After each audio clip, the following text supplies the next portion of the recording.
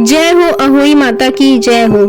आज की कथा सुनने से अहोई अष्टमी का व्रत संपूर्ण माना जाता है और जो व्रत नहीं रखता है यदि वह पूरी कथा सुनता है तो उसे व्रत के बराबर का आधा फल मिलता है। इसलिए आप लोग अहोई अष्टमी की कथा जरूर सुनिएगा। कथा बहुत ही फलदायी और सारे पापों को नष्ट करने वाली है। कथा को बिल्कुल भी बीच में मत छोड़िएगा। बीच में कथा छोड़ने से मनुष्य को पाप और कष्ट लगता है, इसलिए कथा को पूरा अवश्य सुनिएगा। आइए सुनते हैं अहोई अष्टमी की कथा। कमेंट बॉक्स में जय अहोई माता आप लोग जरूर लिखिएगा। एक समय की बात है, प्राचीन काल में एक साहूकार था जिसके 7 बेटे और 7 बहुएं थी। इस साहूकार की एक बेटी भी थी जो दीपावली में ससुराल से मायके आई थी। दीपावली पर घर को लीपने के लिए 7 बहुएं मिट्टी लाने जंगल में जाती हैं तो ननंद भी उनके साथ चली गई।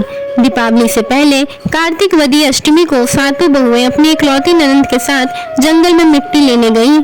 जहाँ से वो मिट्टी खोद रही थी वहीं पर स्याऊ और सेही की मांद थी।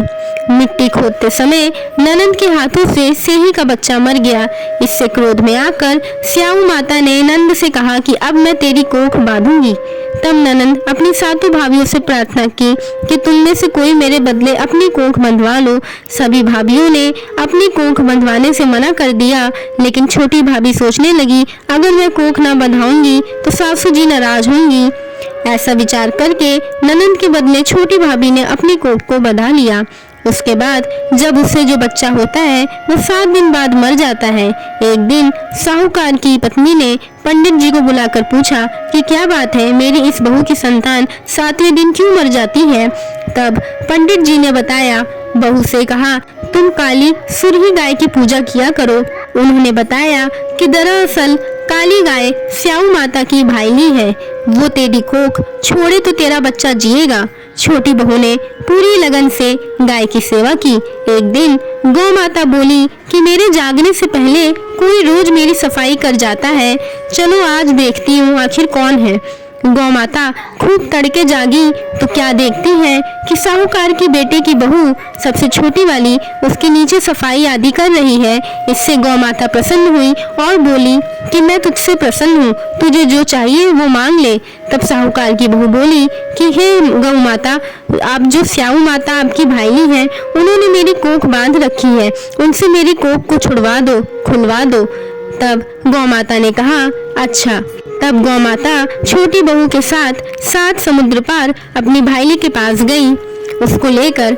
कभी रास्ते में कड़ी धूप थी, इसलिए दोनों एक पेड़ के नीचे बैठ गए। इतने में वहां एक सांप दिखाई दिया। उसी पेड़ पर गरुड़ पंखनी के बच्चे थे। सांप गरुड़ पंखनी के बच्चों को मारने लगा। तब साहूकार की बहू ने सांप को मारकर ढाल के नीचे दबा दिया और बच्चों को बचा लिया। थोड़ी देर में गरुड़ पंखनी आई तो वहां खून पड़ा देखकर साहू की बहू को चोंच मारने लगी।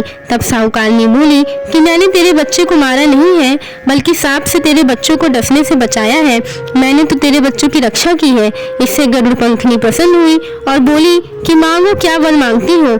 तुमने मेरे बच्चों की जान बचाई, इसलिए तुम मुझसे कुछ मांगो, मैं तुमसे बहुत प्रसन्न हूँ। तब वो बोली कि 7 समुद्र पर स्याऊ माता रहती हैं, मुझे तू उसके पास पहुँचा दे। तब गरुड़ पंखनी ने दोनों को अपनी पीठ पर बैठाकर स्याऊ माता के पास पहुँचा दिया। स्याऊ माता उन्हें देखकर बोली कि आ बहन, बहुत दिन बाद आई है। फिर कहने लगी, बहन मेरे सिर में जू पड़ गई है। तब सुरही के कहने पर साहूकार की बहू ने सिलाई से उसकी जुएं निकाल दी। इस पर स्याऊ माता प्रसन्न होकर बोली कि तेरे 7 बेटे और 7 बहुएं होंगी। साहूकारनी बोली मेरा तो एक भी बेटा नहीं, 7 कहाँ से होंगे स्याऊ माता। स्याऊ माता बोली वचन दिया, वचन से फिरूं तो धोबी के कुंड पर कंकरी हूँ। तब साहूकार की बहू बोली कि माता मेरी कोख तो तुम्हारे पास बंद पड़ी है। तब स्याऊ माता कहती है, जा तेरे घर में तेरे 7 बेटे और 7 बहुएं तुझे मिलेंगे, तू जाकर उजमान करना, 7 अहोई बनाकर 7 कढ़ाई करना। वो घर लौट कर आई तो देखा 7 बेटे और 7 बहू हंसी खुशी बैठे हैं। तब छोटी बहू ने 7 अहोई बनाई, 7 उजमान किए, 7 कढ़ाई रखी।